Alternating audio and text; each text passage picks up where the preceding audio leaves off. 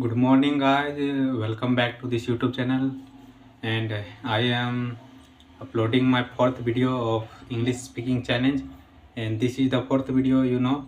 And I watched my last three video and I observed that just I say in my last video that I should focus on only camera whenever I shooting a video with camera.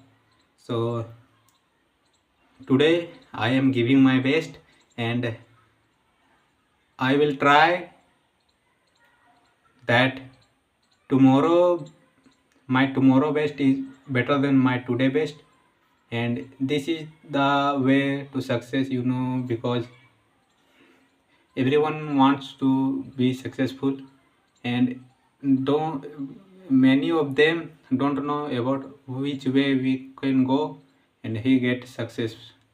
So I trying this way eh, of technology. I use technology to learn English speaking, and I think you should also take help of technology to grow in your life.